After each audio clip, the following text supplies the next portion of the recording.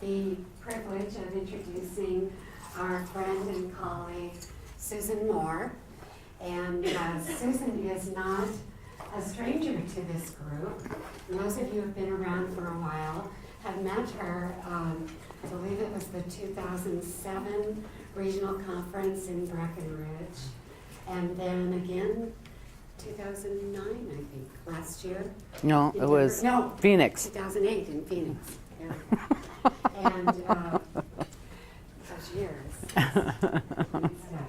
So Susan is, for those conferences, she came with her friend and colleague Clara Perez Mendez, and they have done and are doing wonderful work on with cultural mediators and reaching out to families, and that has been a real passion of Susan. Is a passion of Susan's, I know. But Susan is a clinical professor and director of clinical education at the University of Colorado in Boulder.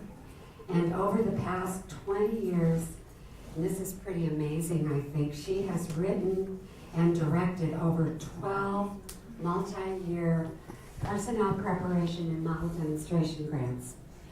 And so that is an indication that she is pretty well versed in the areas of evaluation methodology and logic modeling and report generation, all those good things that we're very concerned about in our work. And Susan currently serves as a consultant to Peak Parent Center regarding logic modeling and project outcome evaluation and documentation. So we're really happy that you're here with us again, Susan. Thank you. And that you're going to share another area of your expertise with us, and I think it will be very helpful. So welcome. Thank you. It's wonderful to be here. And it's always the most fun to be with family members, with parents. I love it. So, and we get to talk about evaluation, which I know you're all passionate about, right? And we're going to make it fun. We're going to make it as understandable as possible in terms of where we're going this afternoon. The first proposition that I really want to talk about is your plan for your program, because that's where we're going to start, okay? It should be dynamic, and it hopefully can respond to changes in context, in focus, and purpose over time. So we'll be talking about different ways you can inform your project and your program. And I am handing out the slides just in case, for those of you who are multimodal learners. And I am as nervous about following Mr. Goodman. So you have an option. You can, this afternoon, critique the slides and talk about how you would change them. Or you can focus in, you can tune in, and you can hopefully review what you already know about evaluation, affirm your knowledge base, and hopefully think about some new perspectives in terms of how you to go about evaluating your program. So we're talking about an evaluation plan that is dynamic. It needs to be responsive to changes. It needs to be responsive to context, to focus, and purpose over time. And it must be supported by a process that brings people together. One of the reasons I love working with the people at Peak is because it's a team. I am not the expert evaluator. I am a member of a team, and we talk about things. We talk with stakeholders, such as our Colorado Department of Education. We talk with parents, and it is a team process, so that hopefully the evaluations that we do and the data that we can collect is truly relevant and meaningful, and can be used for multiple purposes. Now, you all say, wow, I wonder what that YouTube presentation is. Well, I'm going to get extra points because this is the one that you saw this morning. And I'm not going to show it again, but how many of you did see the gorilla? Okay. And what's the message about this in relationship to selective attention? Is make sure that, as my mother always said, that you see those beautiful trees, okay? But you also see the forest, okay? We're going to start with the RFP that currently is out there for you in terms of the priority that supports parent training and information centers. You all know what your outcomes need to be. You all know that from now on, you will be providing parents of children with disabilities, including all parents, with a focus on maybe parents who come from a culture that's different from your own, or maybe families that speak a language other than English, with training and information that will enable them to participate, to engage, to be part of effectively helping their children with disabilities. This is just a slide that talks about the who, the what, the why, and the outcomes. And that's really what we're here to think more about, is what are our outcomes? Not only what are they, how are we going to determine them? How are we going to evaluate them? How are we going to document what's going on? In the RFP, you all know that logic modeling is part of it now, right? How many of you have used logic models?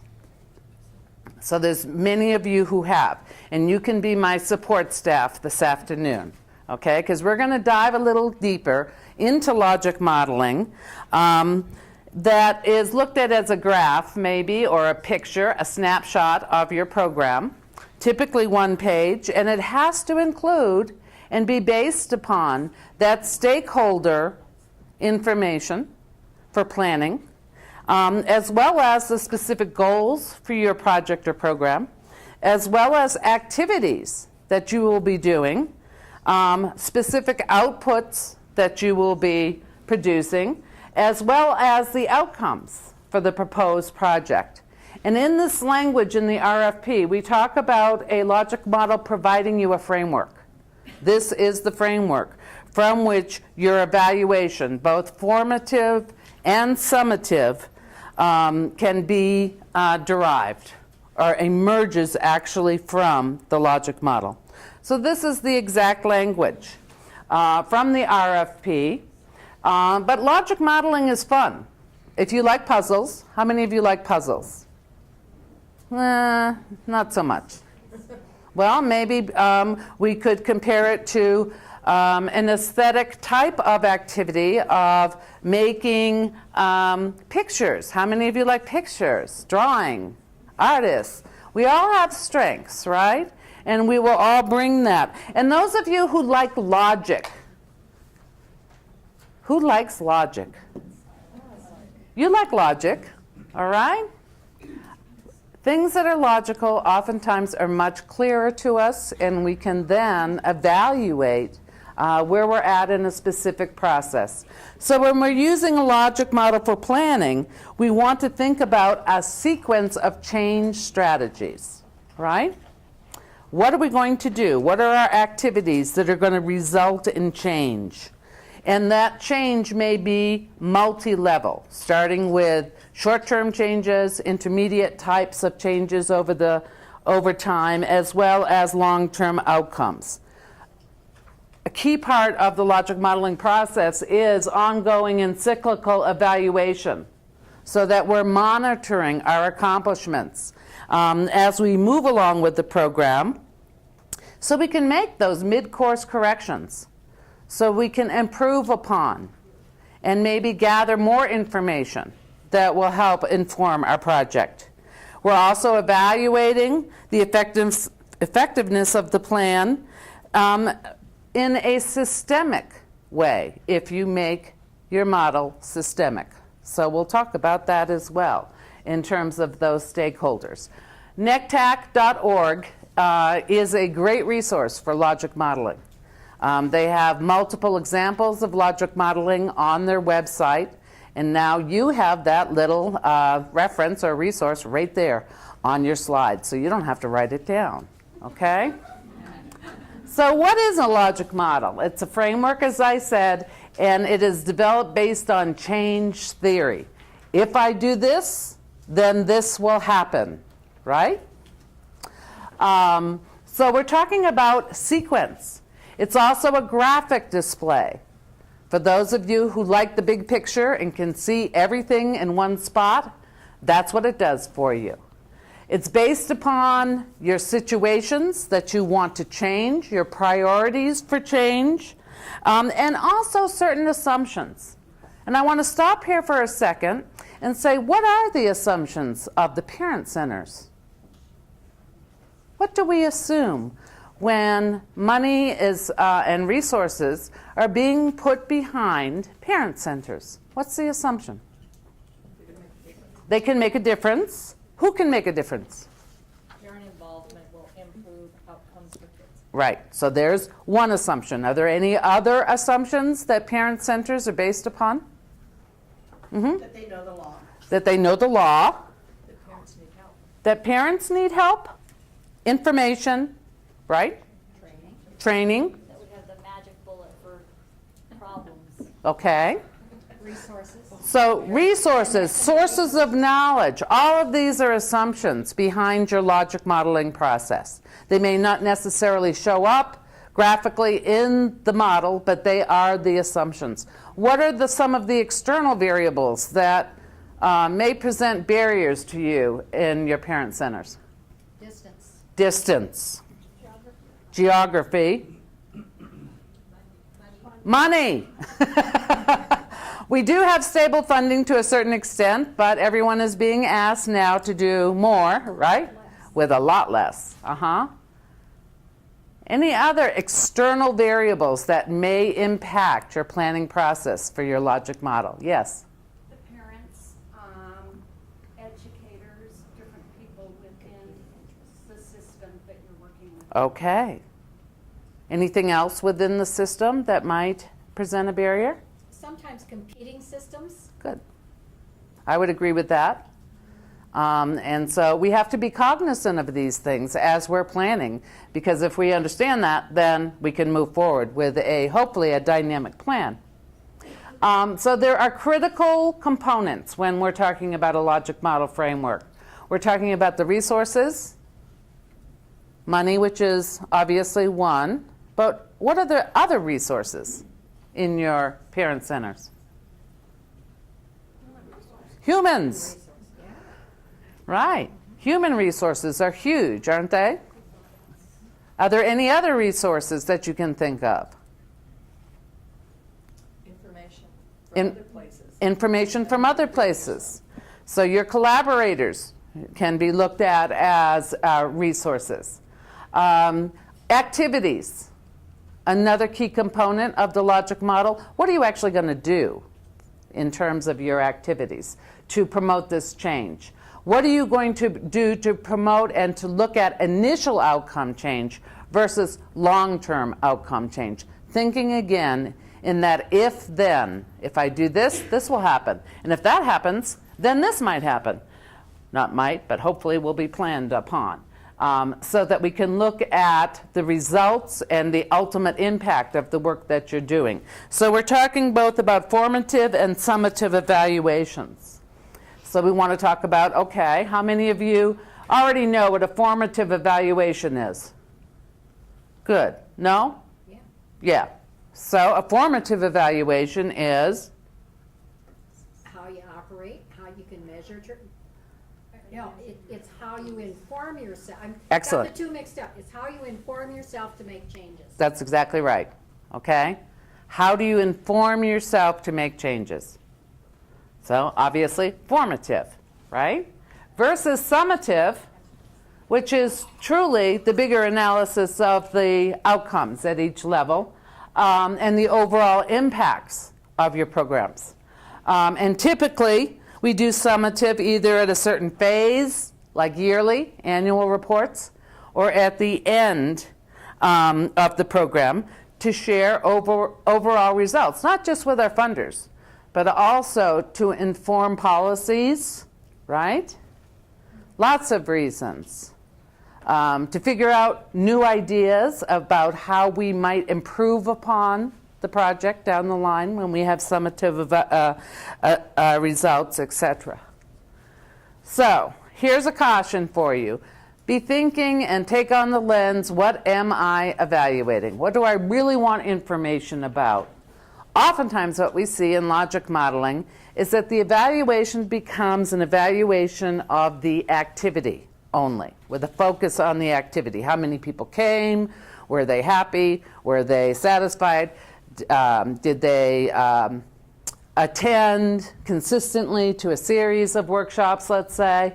All right. But we need to think about each data collection point in the evaluation plan comprehensively. We need to have them support each other so that we can come out with an analysis at the end that will not only inform our program, but will also document the intended benefits, sometimes unintended benefits, right?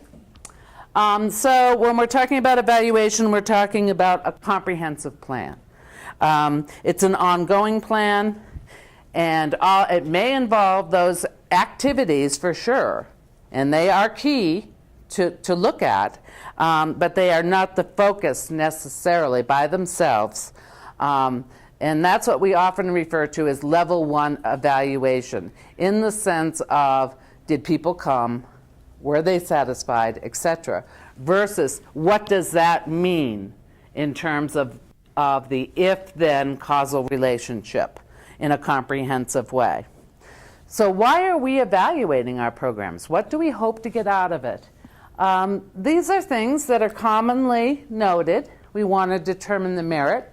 So when we go back in, again, for more funding dollars, we would be looked at with respect and with worth, because we had definitely made an impact in terms of the overall effectiveness of the program. We also want to evaluate our programs to facilitate improvements. So we are going to be looking at our strengths. We're going to be looking at our process. We're going to identify benefits, but we're also going to keep in mind those barriers, or those things that hopefully we can change to improve the outcomes that we want to know or to document. Why else do we want to evaluate our programs? Because we want to add to the knowledge base. We want to generate new knowledge. And I think this is something that is key with the parent centers. How do we, as a collaborative group, identify patterns of best practice or principles for effectiveness of engaging families, for development of parent leaders, and how is that going to shape then, down the line, the language and the thinking about practices? We also have to accept our responsibility to be accountable. We have to be accountable to our funders. We have to be accountable to our parents, to our children, because this is why we're doing the work, right? And so we need to evaluate, not just to be in terms of in line with compliance issues, but also to go beyond that in terms of being accountable in a values-based way. So again, our logic modeling planning process is really based upon a theory of change. For example, if I improve teacher education, which is something that I'm about because I work at a university, right? And I implement those practices that I identify as personnel preparation development that is high quality, that's relevant, okay? Then I'm going to get an increased performance, hopefully, in the people who leave the program that I'm involved in. So again, you see the logic, you see the if-then. Here's another example of a theory of change, right? This is one that we use to outline our coaching and principals for teachers in early childhood classrooms. We observe first. We have to get a lay of the land. We have to see and identify what's going on. And then we plan. Then we plan based on our observations and the data that is collected so that it becomes evidence-based. It's not just because we think it's a good idea. We're using data to inform the plan. And then we essentially implement the plan, right? Both formatively and summatively. And then, we then evaluate the plan, both formatively and summatively, so that we can come up with those changes, whether it's for the short term or for the long term. Another example of a systemic model for change, a theory of change. If we work at the local level, the state level, in terms of personnel development, so we're working with our systems, okay, we hope then to get improved practices with results that improve the quality of services for children. So an example of a systemic theory of change, and as we go systemically, think about that you're increasing the complexity, right? And you may need to look at different ways. But the underlying logic of the model is that the results will improve conditions for children. All right? So the how. First, a clear purpose, which you all have. But I think it's very important. We were talking in the session previously about pulling in those stakeholders from the very beginning. I also want to say one of your stakeholders is whoever is going to be your evaluation team, because this planning needs to start at the beginning, not be tagged on to the end. Oops, we have to evaluate our outcomes, right? The project should really be planned based on this logic modeling process if that's what you're going to use. But your stakeholders need to come in and create a shared understanding of how your plan will reach its goals. All right? And then you have to consider, are these goals realistic? Are we really going to be able to reach these goals given available resources, given priorities? So that realistic lens has to come into play. And then you can use that logic model as well to chart the progress of your work and the intended outcomes, which again, I always derive my specific evaluation methodology, my plan, my questions, etc., from how I have set up the if-then characteristics of the logic model. It's a much easier way than just trying to pull evaluation out of the air. What should we be looking at? All right? You also want to communicate, obviously, in terms of this clear purpose, so everyone's on the same page, and we all know what we're looking at in terms of a specific area of focus. So, how do you like that? Do I get points for that? Okay, the steps. So you're going to define the goals that will shape your strategy. You're going to identify your inputs. What are your resources? Who's there? It's your staff, it's your funding sources, it's your collaborators. What else might be in that left-hand box when we look at the logic model? That's inputs. Partnerships? Partnerships. Board. Your board would be a key input. Your volunteers on that one. Your volunteers. So you can see as you start to dive deeper, you're thinking about who is there in terms of providing input to your program. You want to specify the activities that your program will implement, right? Sometimes they're very specialized activities. Sometimes maybe they even evolve into another project, like a sub-project almost, right? Is everyone thinking about an activity that their parent center actually implements? Let's get some examples. Workshops. You do workshops. individual assistance. Individual assistance. Maintain a resource library. Maintain a resource library. Conferences. Uh-huh. Newsletters. And I would at this point say that's a great example of an output because it's a very definite product from your center, right? So think about your activities and think about those action words. Maintaining the library, okay, versus you could also look at the library itself as an output. Developing the newsletter, right, versus outputs, okay. Define the desired outcomes. And again, this is the key piece, isn't it? And we want to spend a little bit more time on this. We have to think about a timeline for our outcomes. We don't expect it to happen tomorrow. We know that certain outcomes are going to take 5 to 7 years, okay, like learning a new language. That's one I always think about. And for some people like me, it's going to take maybe 25 years before I learn that new language, okay? And then, after we know what our outcomes are in sequence, we can then select the performance measures to track the progress. So here are some overall questions, and I'm not going to go through each one. I want you to have them in written form, so as you're doing your logic model planning, it can be kind of a self-reflection for you. Do the inputs, outputs, and outcomes link together in that causal sequence? If this happens, then this happens. Is it truly logical? Do the steps that turn inputs into outputs into outcomes seem sensible? And another key piece is, given your available resources, are they realistic?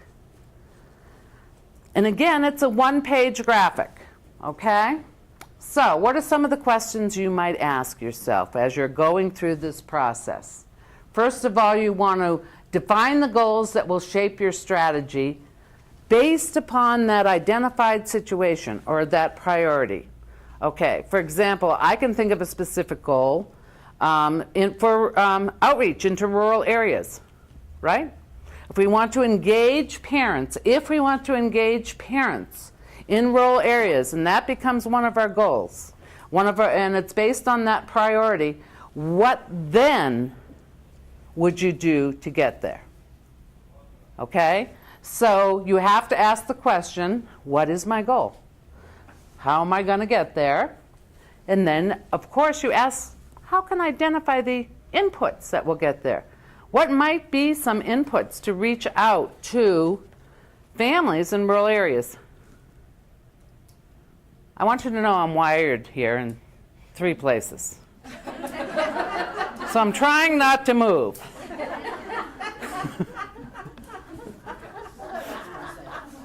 But as I digress, what are the inputs that you might consider to reach parents in outlying areas? We look for partners. Partners. Other agencies. Uh-huh. Technology. Excellent. Technology, right? We kind of learned that yesterday in our session. How many of you use Twitter? Uh-huh. Well, there you go.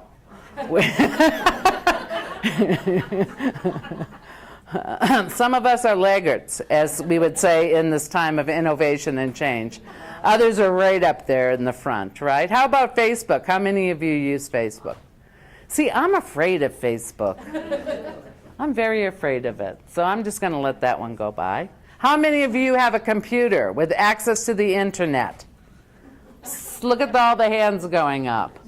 All right? So what are our inputs for us? A computer and probably email through access to the internet. If you want to Twitter me, you won't hear from me. All right? But there's a lot of parents, young parents out there that do Twitter and do all those things. So step 3, that's going to help you when you know your inputs, figure out what are the activities. How are we going to use that technology in what we do? What are we going to do to implement? Again, very logical. And knowing your goal of family engagement, improve services for children identified with challenges, okay? That helps you know what activities are going to help you reach that goal. 4 is define the desired outcomes. What changes do you expect as a result of your project's family engagement efforts? So you're out there trying to find those families in those rural areas. What changes would you expect? And you're going to use technology to get to them. That's your activity. What would be an outcome of that? What change do you want? More people attending workshops. More people attending workshops. Increase, yes? Better informed parents. Better informed parents, access to information. Increased knowledge of something, right? Parent-to-parent connection. Parent-to-parent connections. Let's get those parents connected. Great. Okay, so you're already generating your outcomes. Now, then you figure out ways to measure those outcomes. Does that make sense? When you're defining your outcomes, I think it's important to think about this alignment. Do your outcomes truly align? Are they truly not only aligned but realistic connections to what you're doing in terms of your activities? You also have to, again, think of the timeline. We have short-term, interim, and long-term outcomes, and they're defined on the slide for you, which, again, I'm not going to read because you have it. So stay tuned in, right? We want our outcomes to be smart. Have you all heard this before? Smart outcomes. What does that mean? Our goals are expressing this big picture item. Okay, this vision for what you hope to accomplish and what those outcomes should be. And your outcomes should be specific. They should be measurable. They should be action-oriented. Increases in. Improved. Think about those actions. Realistic, yes, and timed, in terms of understanding what you would have to do first in order to get to what comes next. So the smarter your outcomes are, the easier it will be to manage the performance and to assess that progress over time that you're making. You want to have that transparency between what your outcomes are and your measurements in terms of what's going on. Again, an outcomes check. This is very specific to thinking about your outcomes. Are they truly an outcome is the first question. Is that really what you want to change, to have happen, okay? And are the outcomes written as change statements? Will they increase? Will things decrease? Will they stay the same? Are they linked in progressive steps to the long term? And are the outcomes meaningful and relevant? And are they realistic and attainable? Then comes the big question. Okay, we've got our map, so to speak, or our framework, our scaffold for what we're going to do in this project. And how are we going to measure change? How are we going to select performance measures to track the progress? How are you going to assess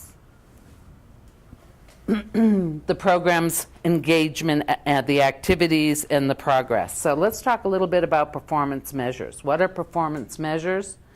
They're measures of effort. They help describe whether and to what extent activities are implemented as you had intended. These measures describe whether the participants are supported as you had planned, okay? And such measures can be calculated by counting the number of attendees, as we said, at an event, or the materials that your program produced. So it's not just producing the output of the newsletter. What is the quality? What did you intend when you did that newsletter? Was it to gain or to disseminate new information to families? Was it to help families make those connections one to another? How are you going to find out? Is it just how many hits the newsletter gets on the website?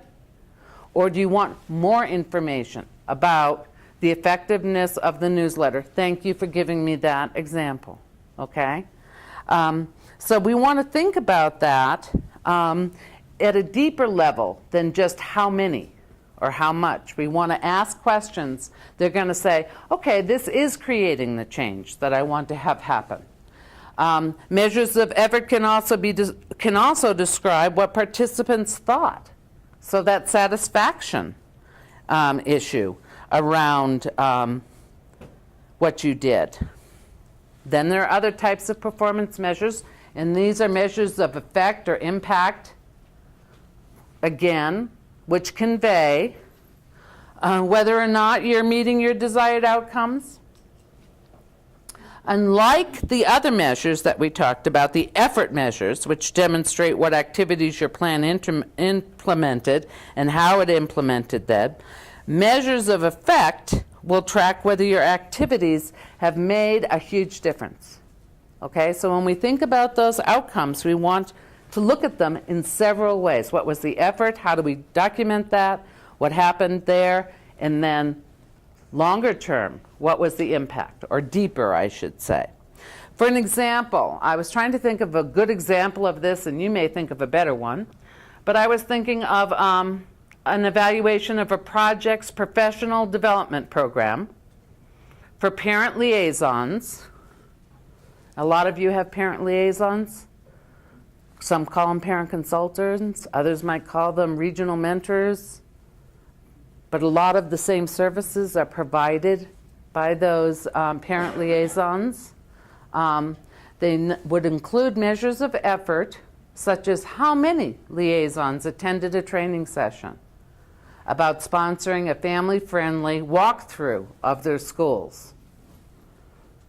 And then the measures of the effect of that attendance, such as then what percentage of the participating schools showed improvements in their level of family friendliness. Okay? Because otherwise, you're only hitting those liaisons. You want them to share that information, and then you want to measure. Is this school now perceived as more family friendly, more welcoming than it was before in terms of the effect? Okay? So let's talk a little bit about the types of evaluation that align with the logic model. And again, this is a website that you have in writing, and I strongly recommend that you go to this website if you've never been there. It has fantastic charts, examples of logic models, things that you can pick up and use in your own planning process. So the first step is also often, what is the need? What are we going to do for a needs assessment? How many of you have done a needs assessment? And what did you assess in terms of what were you looking for? What parents needed in a particular framework. Okay, so you were trying to get the information. And how were you going to use that information then? To build the programming that would answer the needs that parents. So you're individualizing to this group of parents. If they said they needed more information about IDEA, then you would figure out an activity to get them that information. You had an example back there. Oh, the only thing I was going to add was we're sending out surveys to find out how do they want their information. Do they want it in webinars? Do they want weekend workshops? Do they want weekday workshops? Do they want them, how do they want them? Okay. Webinars, conferences, small group. Very interesting in terms of how do parents want their information, right? But what difference does it make if you don't use the data? If you don't then change maybe some of your ways of disseminating or add to your ways of disseminating. So again, that connection between the need and the planning, okay? As part of the needs assessment, you may also want to figure out what are the barriers, right? Versus what are the facilitators, okay? And that may help in your planning. So that and you may also get comparison in terms of, well, I prefer this, but I prefer that, so guess what? You're doing both, right? And you have to figure out what's appropriate. The next type of evaluation is the process evaluation, where again, we're asking how that program is implemented. Are those activities, whatever they may be, are those services or the supports delivered as intended? Okay? Is fidelity an issue? What do we mean by that, fidelity? Did you do it faithfully? Was it really done the way you intended it to be done? Was it faithful to the model? Right? And we see this a lot, for example, with curriculums. People will come out with a curriculum for parent leadership. There's no way to evaluate that if there's not fidelity. So we always have this rub, this balance between the individual needs of the people you're working with versus the fidelity of the implementation to measure whether that works. Does that make sense to you?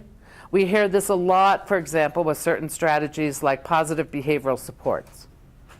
If you don't do it the way they set it up to be done, then you have no idea whether that worked.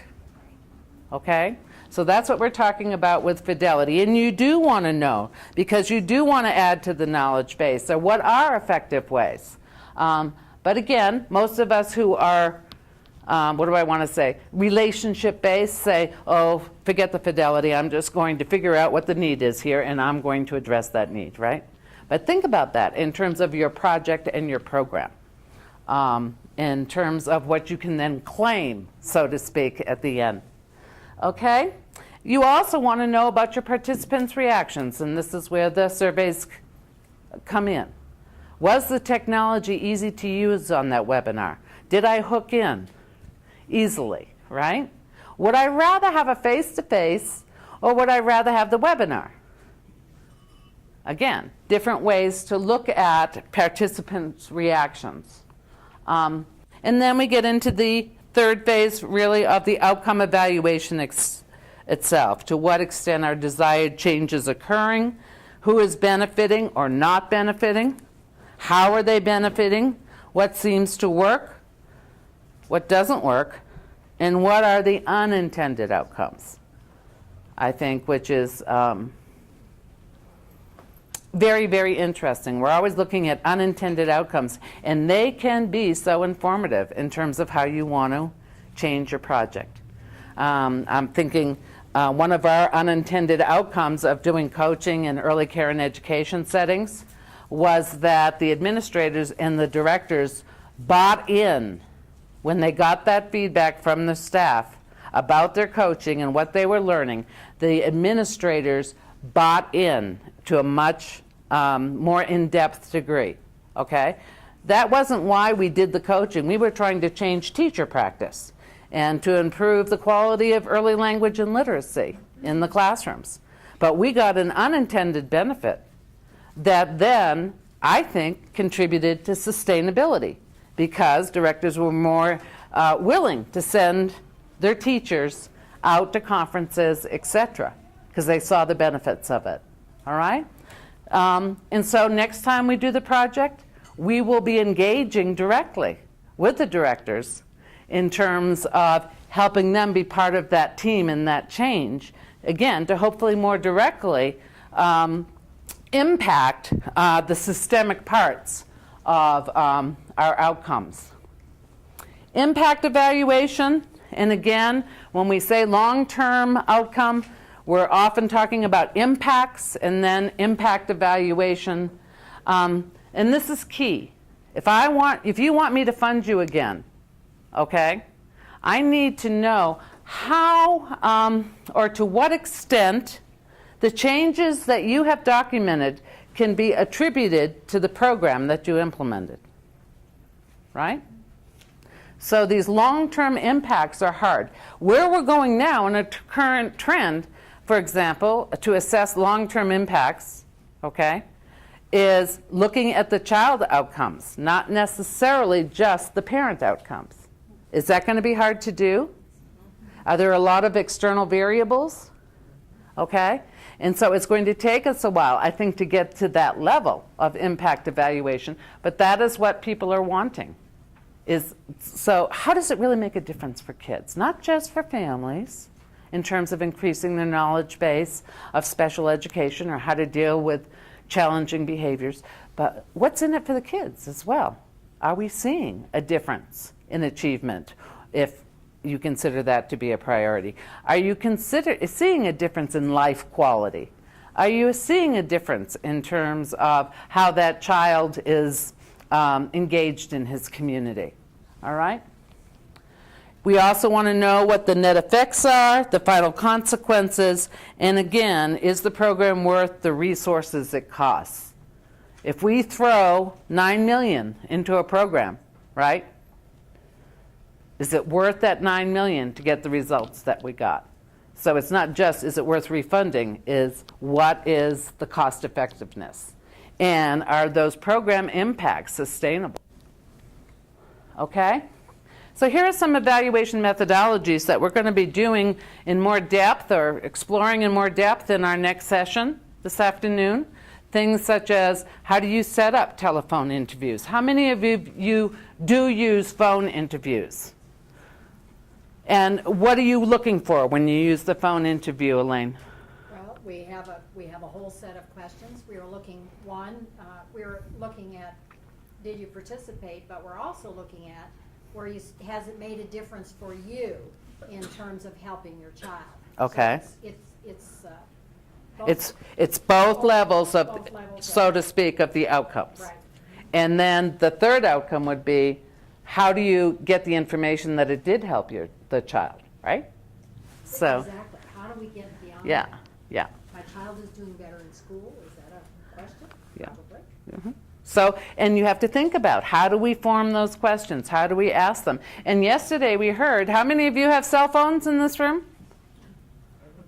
Okay?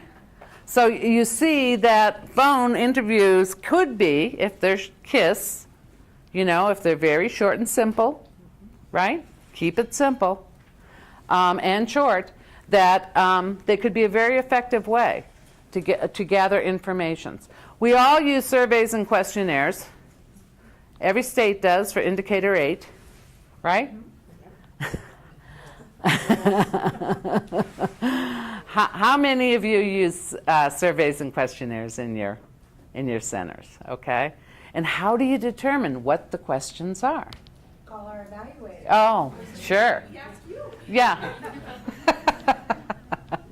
But I will tell you, and this is something that we'll talk about, that survey did not go out until not only had Julie done her work of simplifying and setting it up in a way electronically where we could reach the people we wanted to reach, but Barb made us all take it first so we could see, what is this data going to look like?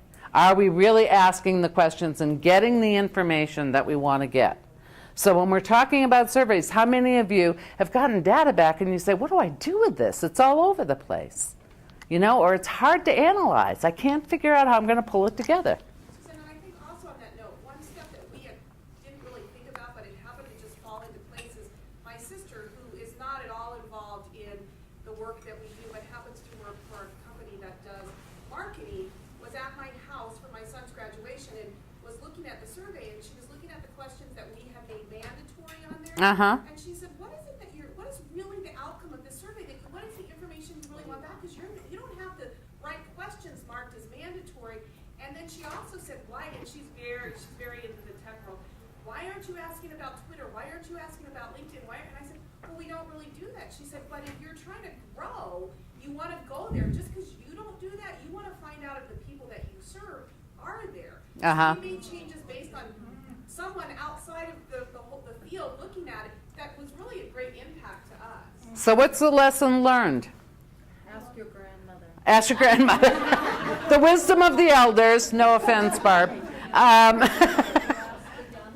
You ask young people who are using it. Stay tuned in. Some of the world. You stay tuned in to what's really going on in the world. I think you ask some of your stakeholders Excellent. and your consumers. Yes. And you ask someone, so you have them do it, maybe do a pilot. And you also get expertise from related fields. Marketing, right? And you can get lots of expertise in marketing just by getting on the web. I don't want to generate the money away from your sister, but I'm teasing. But, the point is look at related fields in terms of how they do it. When I Googled surveys, the first thing that came up were a series of resources about market surveys. And same for focus groups that we'll be talking about as another strategy, okay? There's a lot that's available that tells us how to not only do a focus group and set it up so it's meaningful, but also to think about that in terms of, again, what are the questions you're asking? What's the information you truly want? And then how are you going to analyze it? And sometimes we do get a mess, right? And we have to think about what are the ways we can really use this information. Another methodology that I personally like quite a bit, especially in this work, are case studies, and I hate that word, case study, but to me it's really about family stories. So if I had to do it over again, I'd take that word off. But family stories are the most powerful way that we can influence sometimes change, right?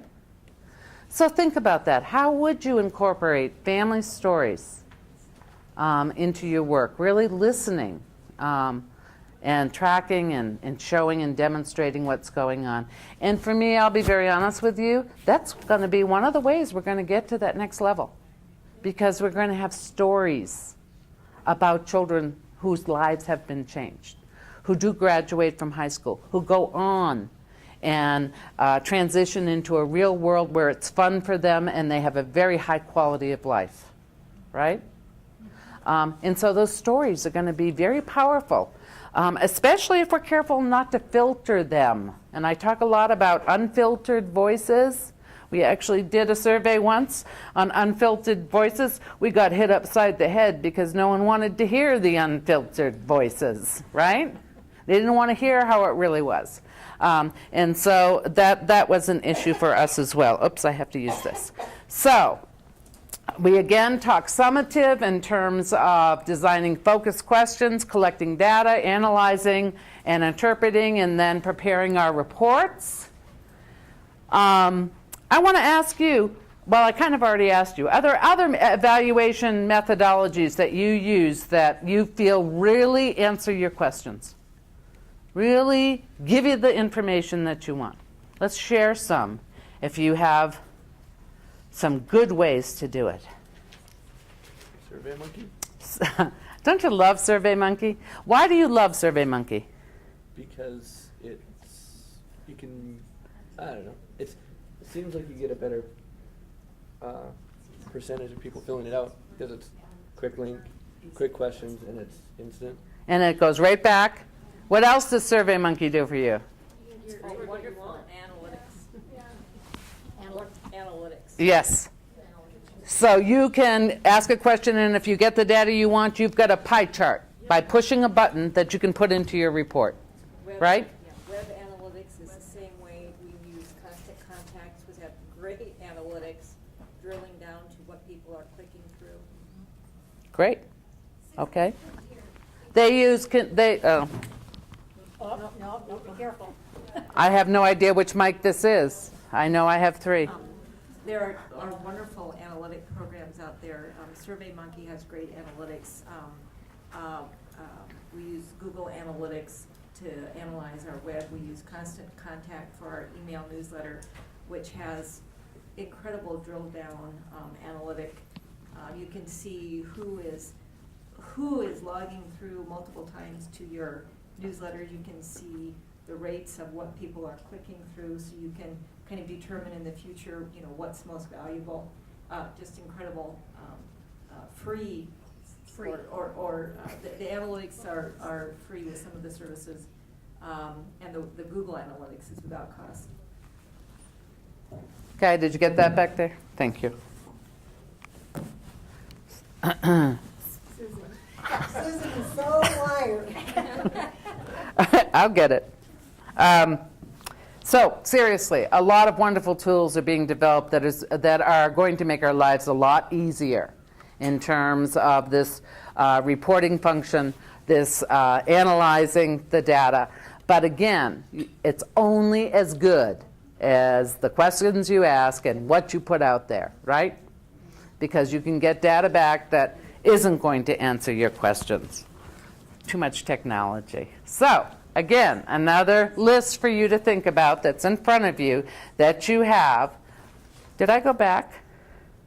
that looks at the total, there we go, the total, what do I want to say, reflection of how valuable is your logic model and how is it going to drive your evaluation questions.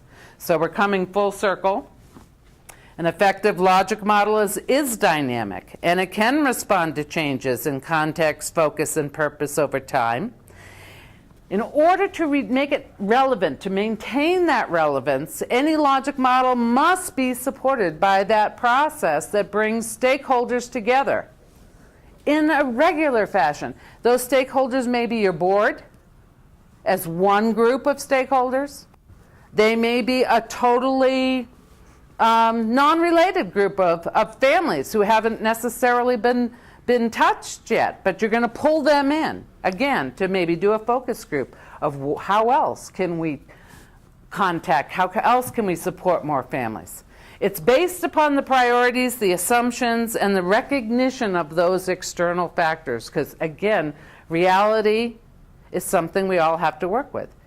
Our logic modeling has to be realistic, okay? A huge, huge resource for you is the Harvard Research Project. I also have some other ones up here for you.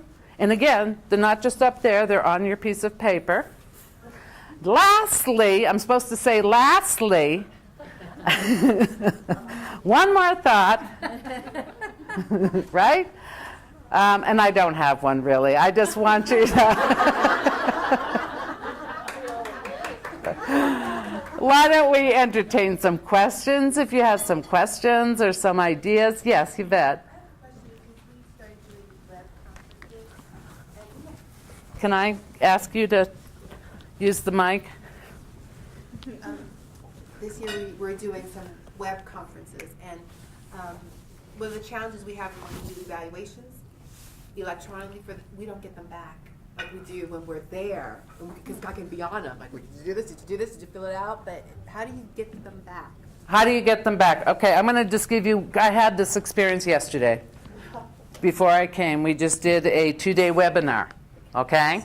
And we were doing it with a group of professionals, and we were sharing information, and we wanted to know immediately, okay? Have you ever seen the polling that can happen on a webinar? We use Acrobat something Pro. And immediately after the webinar was over, as we were saying our goodbyes and as we were, tying up loose ends, we said we want you to respond to these questions. And we immediately got a poll. Was the technology too hard? Did you prefer the technology to a face-to-face? Because we're actually doing the same presentation face-to-face next Monday, okay? And essentially the computer program gives you an immediate percentage. We ask, was the information relevant? Was it of high quality? Are those words sounding familiar to you in terms of your GEPRA performance measures, right? Was it relevant? Was it of high quality and useful? I should have that memorized. So we immediately got that feedback on a poll. I mean, before they even left the webinar, okay? So was it splattered up while you were doing it? Well, ours was a verbal webinar. I mean, we had the mic, so we could ask those questions, and they have a switch where they can do, okay, what they think. And then, in order to get some qualitative data, we asked them to use the chat function. Okay, now they did identify that it wasn't totally anonymous, but their ratings were anonymous. Does that make sense? And I think there's something about this. I've been doing a lot of performance evaluation, for example, with graduate students. And I'm at the point where I don't believe in anonymous to the extent that I think a lot of people do. I think when you rate something, it's just like Mr. Goodman said this morning, you have to take responsibility to give feedback that is honest and worthwhile. So for our students, they can rate all of their clinical faculty anonymously, but we are really pushing for them to sit down and talk with us about what they need, what the strengths are, where they think we need to go next. Some people just can't do that. They're not comfortable with it yet. But I think that's part of developing ourselves of that. So there's some pros and cons to that chat function, for sure, because you're saying, okay, well, I'm not going to get an unbiased, but your poll can get you, definitely, an unbiased. Because I think you'd want to, in some case, I would think that you would want to, in some cases, be able to identify whether it's professionals responding or a parent. And then what level is your parent? If we've already been talking about, is it a beginner parent or one that's been in the system for 10 years? That makes a difference on how they're going to evaluate your presentation. Right. And have you tried Monkey Survey as a follow-up and they still don't send it back?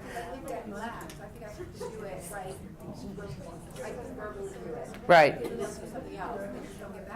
Yeah, yeah. And so maybe also that's part of the timing issue. I'm not sure. But your point is very well taken. And in any survey, you want to capture those demographics that you feel are going to give you the specific information you need. Is this a new parent, so to speak? Is this an experienced veteran parent? Is this? And then how do they answer these questions? Because that's a variable you want to capture. On the evaluation from webinars, we found that when we used ReadyTalk, and then we had a survey ready to go out in another email marketing type of thing. We found when we did the immediate ReadyTalk, as soon as the webinar was over, you can change the questions at the end. They automatically send one out saying, how did the conference webinar system work for you? Because that's something that they want. You can edit those questions, and we found a huge difference in the webinars we did where immediately after they got another email from Peak saying, here, don't forget to do the survey, as opposed to when you click off your webinar, it goes right to a questionnaire. The other thing is you can tie, your handouts. The more materials will come when you reply to the survey or those types of things, just like you would. Oh, that carrot. That carrot always works. Okay, excellent idea. Thank you for sharing those. Okay, any other questions at this point? We're behind schedule. Well, I think this is a question, but it may be a little bit of a comment. That's too. fine. It's sort of the trajectory that parents follow. I mean, we do a training or a workshop where we provide individual assistance. It may set that parent on an entirely different path, generating a sequence and a chain of events that never would have occurred. Yet, how do you ever really capture that? I think your answer is a very good one. You might not for a time until they have an opportunity to share their story. And that's why I love books that parents write about their stories, or books that people write about their stories, because that's where you're going to capture those nuances. I think most effectively is when someone shares a story. I think we could brainstorm some other ways in terms of checking in along a path. How many of you started out developmentally because you had a child who was identified with special needs? Okay? And then what happened to you? You were transformed, were you not? And now you work in this specific area, right? So what were the steps along the way? I think this is a huge question developmentally. I love it. I know Pam Winton and I can't remember his name from Frank Portagram. No, not Robin. The guy who was there before, who was the director for many years. Do you remember? No, before him. Okay, I'm an old person. No, not him. The guy who's doing work in Fragile X. This is my aphasia coming out. It's called word retrieval issues. That's why I'm a speech language pathologist. No, because he's even more recent. Guy with white hair. I can't think of his name either. I can see his face is blank. Well, anyway, he's now doing work in Fragile X. Bailey? Don Bailey. Thank you. Who said that? Okay. Bailey and Winton a long time ago looked at what are the developmental kind of stages that a parent goes through. And they came up with, first, once I get into this is overwhelming, I have to take care of my own kid. I have to, but I need the information. So I'm going to be totally engaged. And then with time, they said, okay, I can now talk with other parents. I can kind of get out of my individual circle here and space and start reaching out.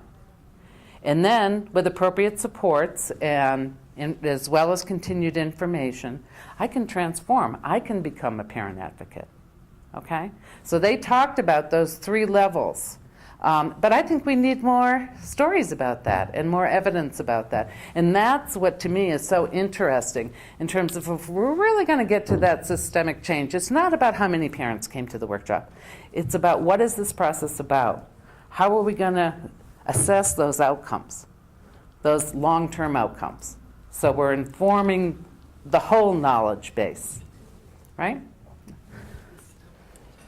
We need to start this part, okay? Yeah. Thanks, Susan.